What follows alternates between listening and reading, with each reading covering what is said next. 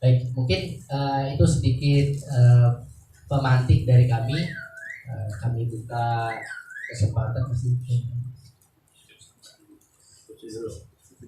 Oke, mungkin ada diskusi besar dulu. Kalau ada diskusi ya, ada diskusi besar dulu ya. Oke, kita buka diskusi besar terlebih dahulu. Nanti bisa ada Pak Dimas, ada Mas Ganjar, ada saya. Jika Bapak Ibu mungkin ada hal-hal terkait pengelolaan keuangan yang ingin ditanyakan, dan setelah diskusi ini nanti juga setelah kita tutup sesi formalnya, ini ada sesi yang mungkin lebih santai yang bisa ngobrol langsung terkait konsultasi tentang keuangan. Monggo saya serahkan ke Mas Ganjar untuk memandu diskusi. Oke, baik, terima kasih Pak. Bapak Ibu, yang tadi saya tangkap yang sangat menarik tadi, waktu perencanaan keuangan di waktu pandemi, ternyata tadi ketika dari cash flow kita tidak bisa meng-cover antara living cost juga saving dan refreshing tadi, ternyata biaya refreshingnya diletakkan semua ke living, jadi nggak ada refreshingnya selama COVID itu. Jadi bisa dibayangkan ya Bapak Ibu. Dalam cash kalau costnya atau pendapatan income-nya tadi nggak begitu, jadi bisa dibayangkan itu Bapak Ibu. Di masa COVID 2 tahun income kita dialokasikan ke living dan cost tanpa hiburan, tanpa refreshing. Tapi Bapak Ibu, saya waktu COVID kemarin saya sebenarnya masih jadi mahasiswa UMY, dan ternyata waktu COVID itu ternyata biaya refreshingnya cukup tinggi juga. Karena sekarang ini banyak aplikasi-aplikasi, kita bisa belanja online, kita bisa mungkin subscribe tentang ada yang Netflix dan lain-lain, itu juga ternyata meningkatkan pengeluaran dari sekarang. Baik, Bapak Ibu, untuk sesi selanjutnya adalah mungkin tanya jawab secara garis besar. Mungkin ada yang ingin disampaikan terkait perencanaan keuangan, tapi sebelum itu saya ingin mengingatkan di sana ada absensi dan juga ada beberapa pertanyaan awal untuk Bapak Ibu yang mungkin belum mengisi juga bisa diisi. Nanti Mas Umron tolong dibantu. Ada yang baru ya. Baik. Oke, sambil lalu Bapak Ibu mungkin ada yang ingin ditanyakan terkait perencanaan keuangan, nanti bisa berikan nama dan pertanyaannya. Baik, silakan Bapak Ibu. Oke, Ibu silakan berikan nama. Ini nggak nyampe ke sana gitu, berarti nggak aja bisa ya. Yang lain dengar pertanyaannya. Baik, bismillahirrahmanirrahim. Assalamualaikum warahmatullahi wabarakatuh. Waalaikumsalam. Saya Nadia dari Malang, Jawa Timur, di Universitas Brawijaya. Sekarang studi lanjut di Serdang di UPN. Mohon izin untuk tadi poin yang menarik ya. Saya ucapkan selamat ya untuk teman-teman di UMY yang sudah melakukan pengabdian masyarakat di Kuala Lumpur ini, mudah-mudahan berkah berlimpah. Terkait target keuangan tadi kan ada jangka waktu pendek, menengah dan panjang. Kalau saya posisi kan masih umur 10 tahun seperti itu. Nah, terkait investasi untuk dana pendidikan. Kalau ibu-ibu itu kan sangat impulse buying gitu Pak ya. Jadi istilahnya ini rewards gitu. Untuk kebanyakan rewards lupa terkait menyiapkan dana pendidikan. Nah, kira-kira investasi yang ideal itu seperti apa, bagaimana? Kalau tadi kan 20%, 30% dan 50 atau beberapa poin itu, kira-kira sebelum kita melakukan konsumsi itu apakah ada layer ini butuh, ini enggak? Kalau mau kita sebagai marketing kan harus disentil tuh sisi emosionalnya orang gitu, bukan masalah pemenuhan keinginannya, tapi bagaimana orang itu harus di ini kayaknya butuh gitu itu sih Pak. Baik, terima kasih Mbak Nadia. Ini kita tampung dulu mungkin ya Pak Satria, bisa ya. Oke, mungkin ada lagi Bapak Ibu. Oke, dari ibu-ibu. Iya, silakan Ibu. Mungkin cocoknya Mbak. Ya, silakan Mbak. Kepoan orangnya. Iya. Ya, assalamualaikum warahmatullahi wabarakatuh. Waalaikumsalam warahmatullahi wabarakatuh. Pertama-tama selamat datang kepada Lembaga Pengabdian Masyarakat UMY ke Malaysia. Terima kasih atas sharing ilmunya tadi, walaupun saya telat datang, cuman saya bisa nangkap beberapa materi yang disampaikan. Jadi kedatangan saya dan suami ke sini sebenarnya masih curious gitu tentang administrasi dalam keuangan Islamic syariah atau Islamic finance in general gitu. Jadi mungkin pakai study case. Jadi saya pernah baca kalau misalnya Islam bank itu tidak akan punya properti gitu. Jadi jika ada seorang itu mau beli rumah tapi lewat bank Islam, maka bank Islam akan membelikan rumahnya kemudian kita bayar. Mungkin boleh dikoreksi kalau saya salah. Nah tapi dalam hadis Tirmizi dan Ibnu Majah, la tabi' ma laysa indaka, jangan menjual kalau bukan barang sudah ada di depan mata gitu kan. Tapi Islamic finance atau bank Islam akan beli lagi barangnya dulu baru dijual ke customer. So nama administrasinya adalah akad jual beli seperti itu. Nah di sini seperti yang tadi Ustadz sampaikan, kalau kita dilarang untuk riba kan seperti itu dalam sistem riba Yahudi gitu kan. Nah tapi apakah hanya tukar nama gitu?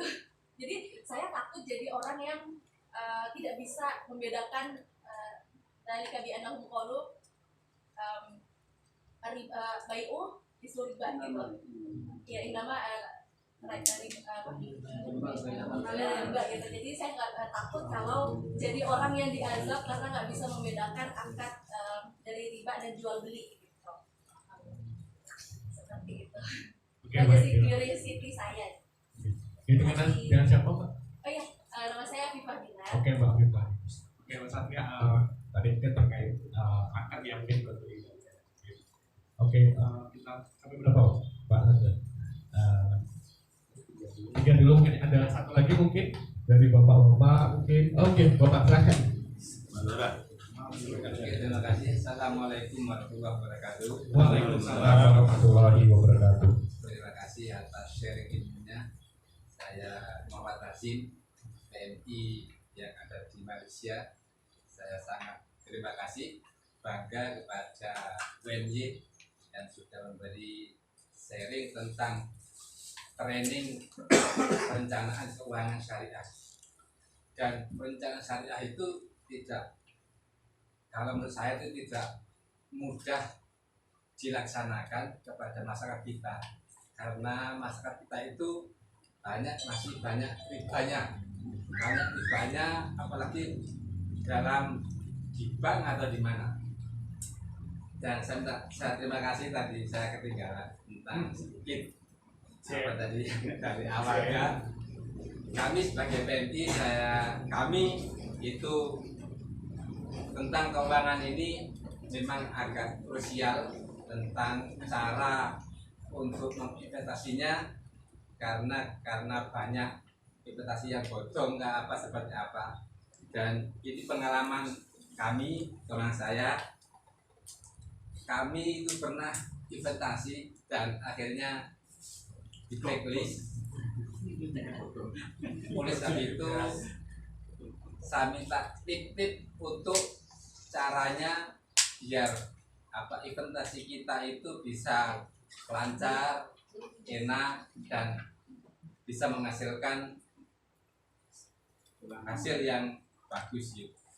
Saya minta tipnya dari situ, mungkin itu saja dari kami sebagai PMI untuk blacklistnya dari siapa? Dulu kita pernah ikut franchise dan di Indonesia dan sudah banyak perubahan, tapi ternyata ya itu bukan potong, nggak potong, cuma yang kita percaya itu tidak amanah itu. Terima kasih. Ya baik. Baik, terima kasih Bapak terkait. Jadi Mas ada terkait tips investasi agar mungkin terhindar dari mungkin penipuan dan lain-lain. Oke. Baik, mungkin ini 3 pertanyaan dulu ya Pak. Selanjutnya, saya persilakan Pak Teguh. Oke. Baik, terima kasih. izin mungkin menanggapi diskusinya. Yang pertama terkait investasi dana pendidikan anak, karena kan biasanya kalau investasinya yang sifatnya jangka panjang sebenarnya kita bisa gunakan mungkin ya kalau profil resikonya misalkan ya pokoknya supaya nabung aja, tapi yang hasilnya mungkin ya ada hasil yang didapat sehingga nanti di masa yang akan datang paling tidak itu bisa membackup dari sisi inflasi atau kenaikan harganya gitu. Dan sebenarnya kita bisa pilih produk-produk investasi yang profil resikonya mungkin cukup moderat, bisa seperti biasanya kalau kita tabung aja itu kan uangnya terkumpul, tapi kadang kita akan kalah dengan kenaikan harga. Nah, sehingga salah satunya mungkin untuk masa-masa awal ketika masih sedikit mungkin bisa ditabung terlebih dahulu. Nah, ketika udah agak banyak, kadang biasanya bisa kita alihkan terlebih dahulu ke emas, bisa ke emas. Nah, tapi kalau sudah terkumpul lagi, nah idealnya memang dialokasikan ke produk investasi yang itu menghasilkan income yang lebih tinggi daripada kenaikan nilai. Kalau emas sendiri kan sejalan lah dengan kenaikan gitu.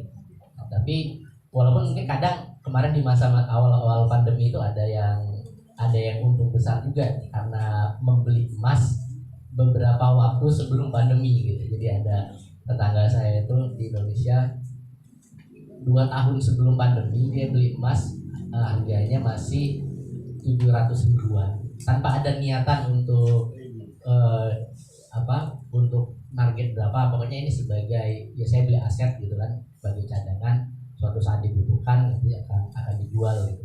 Ternyata 2020-an gitu di Indonesia itu harga emas naik sampai di atas 1 juta. Nah, itu kan berarti sudah investasi yang tingkat keuntungannya cukup tinggi sekali, hampir 50% dalam waktu 2 tahun atau sekitar 25-30%-an gitu. Tapi tujuan dari emas bukan itu. Tujuan dari emas ya sebagai ya hanya ibarat kita beli aset gitu.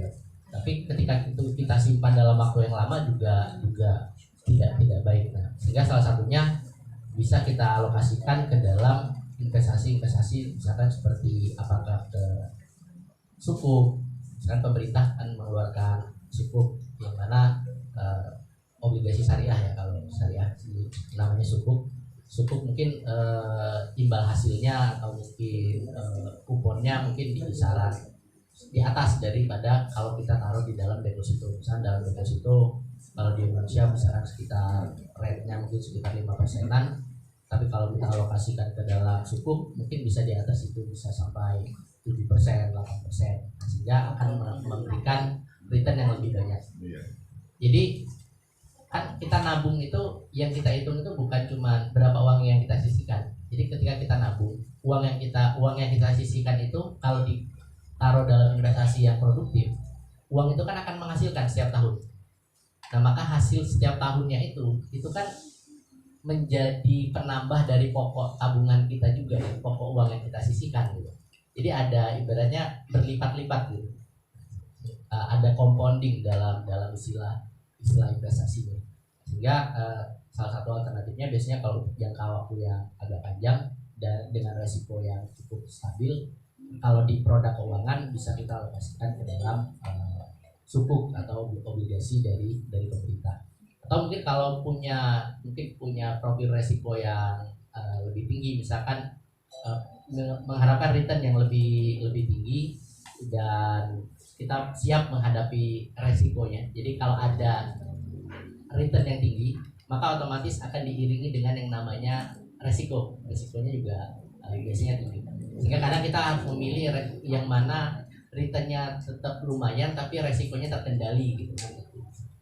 Sehingga mungkin bisa dialokasikan juga ke produk keuangan yang lain seperti apakah itu di saham syariah atau mungkin dalam bentuk kalau belum familiar dengan investasi secara langsung dalam saham syariah bisa melalui perantara, misalkan melalui reksadana syariah, sehingga tingkat pendapatan dari investasinya itu jauh lebih tinggi lagi daripada menggunakan sukuk tadi. Tapi tetap ada yang namanya resiko. Ketika di saham kan dia bisa naiknya lumayan dalam saat kita invest dalam waktu beberapa tahun dalam saham tertentu. Tapi kan ada kemungkinan tiba-tiba misalkan di Indonesia misalkan kita beli saham batu bara gitu. Karena kita mikir nih listrik itu akan terus menggunakan batu bara sampai puluhan tahun yang akan datang, sehingga ini menjadi industri yang pasti akan terus berkembang. Kemudian tiba-tiba ada kebijakan pemerintah misalkan akan membatasi ekspor batu bara mau di stop ekspornya. Sehingga kan paling tidak itu akan berdampak terhadap industrinya, sehingga investasi kita juga akan terdampak, sehingga ada risiko di situ.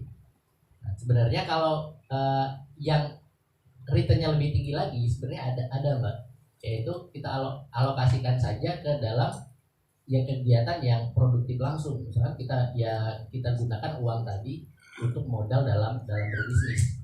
Tapi kan namanya berbisnis, of course kita bisa dapatkan keuntungan. Misalkan kita jual beli satu produk gitu, mungkin tingkat keuntungannya bisa puluhan persen kalau kita hitung dalam setahun. Tapi resiko kerugiannya kan juga tinggi. Nah, sehingga kadang banyak yang tidak menyarankan untuk mengalokasikan ke dalam investasi yang sifatnya dikelola langsung seperti tadi, kalau tujuannya adalah untuk tujuan masa depan, misalnya untuk pendidikan. Kecuali tujuannya memang itu uang yang kita gunakan alokasikan untuk modal ini kita produktifkan dan kita sudah siap dengan resikonya kalau misalkan itu nanti akan rugi, itu tidak masalah. Nah, kalau untuk filter terkait impulse buying, saya rasa patokan paling simpelnya adalah membedakan antara apakah itu kebutuhan atau sebatas keinginan, itu bisa ditunda atau tidak gitu. Kalau itu ditunda dan itu tidak berdampak langsung sekarang, berarti kan itu sifatnya sesuatu hal yang bisa kita filter sebagai bagian dari keinginan. Tapi ketika hal tersebut urgent dan memang harus kita beli, dan kalau tidak kita beli hal tersebut akan berdampak, akan ada dampaknya kepada kita, maka itu kan menjadi suatu kebutuhan. Kadang kan biasanya kalau di belanja online gitu kan, nah, untungnya kalau di belanja online itu ada fasilitas masuk keranjang, jadi itu paling tidak itu menghambat impulse buying. Jadi nggak apa-apa masukin keranjang aja gitu, masukin keranjang terus kan kepuasannya kan udah dapat Mbak, tapi nggak usah dicek out gitu.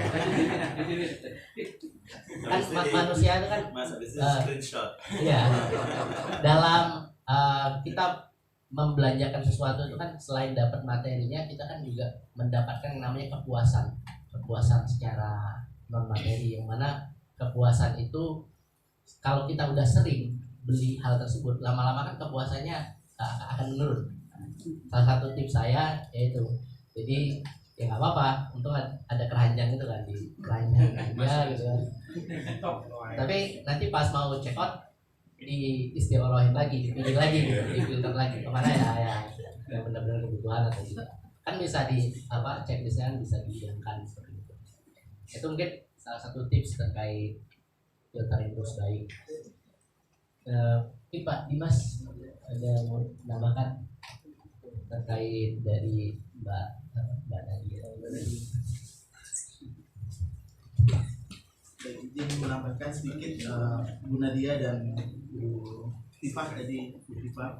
Jadi kalau kita lihat dalam konteks investasi dan juga dana anak, ini ada 3 pendekatan, adalah pendekatan pooling, pendekatan alokasi, dan pendekatan konversi.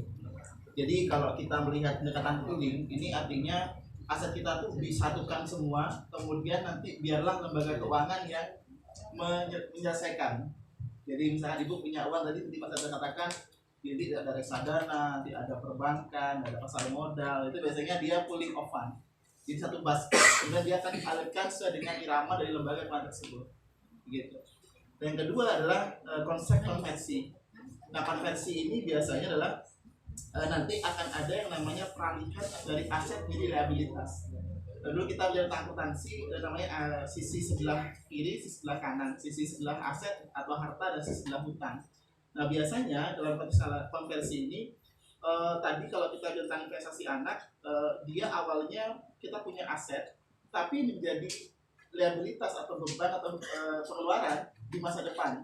Nah, makanya kemudian ini akan sesuai bila mana nanti ada investasi yang memiliki durasi waktu. Jadi artinya nanti ketika dibutuhkan dia akan sesuai dengan durasi tersebut. Misalkan kayak investasi suku, misalkan tenornya 1 tahun atau 5 tahun atau 10 tahun. Nanti ketika 10 tahun kan baru bisa diambil uangnya, bisa bersama dengan returnnya. Nanti mungkin bisa dipakai untuk pengeluaran anak, misalnya gitu. Yang ketiga adalah pendekatan alokasi. Nah, alokasi ini dia dibalik, Bu. Jadi kalau tadi dua pertama tadi adalah aset kemudian ke liabilitas, maka ini adalah liabilitas dulu, lalu kemudian asetnya berapa gitu. Nah, artinya kita itu melist down dulu, kita kira-kira pengeluaran kita ke depan itu apa saja gitu. Dalam waktu mungkin 2 tahun, 5 tahun, mungkin pendek, menengah, panjang. Lalu setelah dapat listnya tadi, lalu ini cocoknya nanti untuk harus dengan aset apa gitu. Misalkan ibu tadi sudah punya list anak 5 tahun lagi akan ada pengeluaran, atau mungkin haji atau umroh insya Allah mungkin 5 tahun lagi. Nah, kira-kira dengan 5 tahun ini sekarang saya harus asetnya harus apa nih yang saya kembangkan gitu. Nah, sehingga nanti pada waktunya dia akan link and match gitu. Nah, ini pendekatan yang berkembang. Nah, kemudian dalam konteks yang lain, sebenarnya dalam keuangan itu antara tabungan sama investasi ada beda. Kalau tabungan dia biasanya tidak mengalir, Pak Sony. Makanya dalam konteks kalau Bapak Ibu menabung di perbankan, pasti returnnya nggak sebesar ketika investasi. Kalau kita ngomong tabungan mudharabah, itu pasti berbeda sama investasi mudharabah gitu. Nah, karena memang tabungan itu biasanya asetnya tidak akan bergerak dengan cepat. Dia sifatnya lebih ke arah pengamanan atau security. Tapi dalam investasi dia mengalir. Nah, ada proses flow di situ. Makanya kemudian dia akan memiliki return karena resikonya akan lebih tinggi. Jadi basis daripada keuangan sebenarnya adalah seberapakah resiko itu muncul ketika dia melakukan sebuah aktivitas ekonomi. Nah, tadi nyambung di pertanyaannya Bu Kifah tadi ketika berarti benar nggak kalau investasi itu high risk high return gitu. Nah, makanya dalam konteks investasi itu kan kita ada 3 pendekatan resiko, Bu. Ada namanya eliminasi, yang kedua adalah prevensi, yang ketiga adalah dia mitigasi. Jadi eliminasi dihapus sama sekali, yang kedua adalah diantisipasi, yang ketiga adalah dikurangi, yang keempat adalah ditransfer biasanya, transfer of risk. Nah, biasanya transfer of risk ini biasanya dalam konteks asuransi atau takaful itu kan kita sebenarnya memindahkan resiko kita pada lembaga takaful, lembaga asuransi sebenarnya ketika ada resiko di kemudian hari. Nah, kalau yang sifatnya mitigasi ya tadi dengan kita mungkin melakukan di reksadana, jadi kita istilahnya uang kita itu tidak mengalami pengurangan karena inflasi. Karena inflasi ini Bapak Ibu sekalian, setiap hari uang kita berkurang Bapak Ibu sebenarnya. Karena uang kita itu tidak punya nilai real, Bang Sony. Jadi kalau Bapak Ibu inflasinya naik, maka uang kita bukan secara nominalnya Bapak, tapi secara daya belinya. Nah, jadi kalau inflasi semakin tinggi, suku bunga semakin tinggi, itu uang kita semakin rendah sebenarnya, daya belinya, bukan secara nominalnya Bapak. Nah, makanya kemudian dikompensasi dengan kalau di dalam konvensional ada suku bunga, ada return kalau dalam syariah. Itu untuk istilahnya mengkompensasi kerugian karena memegang uang. Nah, karenanya kemudian uang itu sebenarnya tidak disarankan untuk dipegang, tapi dia dialirkan karena dia mengalami penurunan setiap detik, begitu. Nah, dalam konteks yang lain juga kemudian menyikapi Bu Kifah tadi, perbankan itu sebenarnya ketika ada akad jual beli atau murabahah tadi itu, maka sebenarnya kalau kita mengambil akad syariah, kita itu sebenarnya mewakilkan pembelian aset itu kepada pihak perbankan. Karena kita tidak punya daya upaya untuk membeli itu gitu. Nah, sehingga tapi ketika ibu kemudian datang ke perbankan, maka ibu signing namanya akad wa'ad. Jadi janji, ibu Ilatnya berjanji. Ilatnya rumus ya.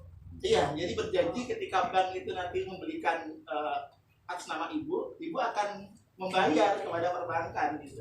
Artinya ada sebuah mekanisme kontrak yang bersifat saya tidak bisa membeli secara langsung, tapi lewat perbankan, tapi saya berjanji nanti akan membeli atau mengganti uang yang ke perbankan beli kepada pihak developer dengan membayar pada perbankan. Artinya ibu itu ibaratnya dimampukan oleh perbankan untuk membeli rumah. Nah, akhirnya kemudian setiap periode selama sekian tahun melakukan proses itu. Nah, sebenarnya ini dalam konteks yang sangat general agak sama dengan bunga. Memang kalau kita lihat, saya juga hitung-hitungan secara matematis sederhana, akad murabahah sama akad konvensional itu lebih kurang ini dari segi bunganya itu interestnya itu hitungannya rate-nya sama. Tapi yang membedakan adalah dalam konteks konvensional dia itu tidak ada yang namanya proses yang namanya resiko. Jadi ketika diberikan uang kepada kita, untuk membeli bahan rumah, maka perbankan tidak mau tahu apakah uang tersebut dipakai untuk rumah atau mungkin nanti kita itu nanti bisa tidak bayar, tidak tahu.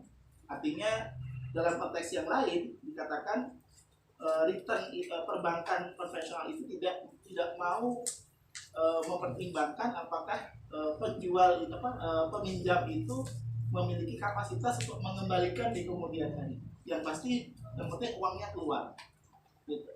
Nah, sehingga yang dalam yang syariah tadi itu ada barang yang melandasinya. Jadi artinya ketika ada proses hutang piutang, maka tidak hanya sekedar uangnya yang bergerak, tapi ada landasan real asetnya yang dia kemudian juga tercreate atau terbentuk di situ. Nah, sehingga antara riba dengan jual beli itu ada pertambahan betul. Tapi yang riba itu dia pertambahan uang tanpa landasan barang, tanpa ada ikhtiar, tanpa ikhtiar, yang penting ada tambahan nanti setiap bulan. Dalam konteks yang syariah dia ada tambahan juga, tapi di sana ada resiko yang kemudian ditanggung sebenarnya, sehingga ada layak untuk dia mendapatkan sebuah return gitu, atau pengembalian. Dan apa yang lain? Kalau gagal bayar gimana? Kalau misalnya dalam rentang waktu itu ternyata dia gagal bayar gitu, apakah kalau dari Islamic Finance itu dia akan tagih atau mungkin naik rate-nya lagi dinaikkan atau gimana gitu? Biasanya dalam konteks perbankan syariah, bila mana memang nanti ada ketidakmampuan dalam membayar tagihan atau dia tidak ada, jadi murni perbankan kasih uang ke kita, lalu kita itu kemudian beli. Jadi hanya kita yang mestinya bayar kepada perbankan. Gitu. Jadi seolah perbankan itu bukan sebagai mitra, tapi dia memang benar-benar sebagai borrower, lender gitu. Begitu kan. Lalu yang terakhir untuk tips-tips investasi. Yang pertama Bapak, ini kebetulan kalau Bapak Ibu ada HP, bisa dicari di application store Bapak Ibu di App Store. Itu namanya aplikasi Sikapi Uang ini. Mungkin Bapak Ibu ada di aplikasi store itu, di aplikasi bisa dicari Sikapi Uangmu Bapak Ibu, Sikapi Uangmu OJK. Nah di sana ada bisa di-download, bentuknya dia kayak ada anak-anak itu dua orang ada di situ. Nah di sana kalau sudah Bapak Ibu install, nanti di sana ada daftar-daftar edukasi termasuk daftar-daftar Bapak lembaga-lembaga mana yang aman Pak, untuk investasi. Jadi di situ ada informasi keuangan, kemudian di sana juga ada portal waspada investasi, di situ juga ada yaitu entitas-entitas yang aman. Ini ada sini bangsa nih, lengkap semua Bapak. Jadi sepanjang namanya di sini ada, maka insya Allah itu sudah dalam investigasi OJK sudah aman, bisa digunakan sebagai lembaga untuk investasi Bapak. Nah ini yang pertama. Yang kedua adalah jangan tertipu dengan tingkat returnnya Bapak. Kalau terlalu tinggi itu kadang dia terlalu berlebihan, karena tingkat return itu biasanya tidak melebihi tingkat inflasi. Jadi inflasi kita misalnya sekarang sekitar 6% atau 7%. Pasti secara return kalau kita ke perbankan syariah itu pasti suku bunga returnnya, marginnya itu di kisaran 8%, 9%. Bahkan kalau suku itu 10%. Ya, jadi kalau seandainya sampai menjanjikan 15, 20%, nah saya kira itu sudah harus diwaspadai ya, ya, karena sudah di atas ambang normal. Apalagi di tengah kondisi pandemik atau kondisi yang sekarang masih dalam agak belum maksimal, itu saya kira cukup itu Pak, kurang begitu ini. Lalu yang ketiga, barangkali bisa di tracing ini Pak, websitenya Pak. Jadi kalau memang ada websitenya atau ada media sosialnya, itu bisa dibuka di sana, lalu dipastikan ada logo OJK tidak di situ Pak. Atau ada logo-logo yang sifatnya itu memang telah diverifikasi oleh lembaga keuangan yang sah, dalamnya adalah OJK. Kalau ada, saya kira itu bisa kita jadikan referensi. Saya kira begitu Pak, mungkin yang sederhana yang mungkin bisa kita investigasi bersama-sama.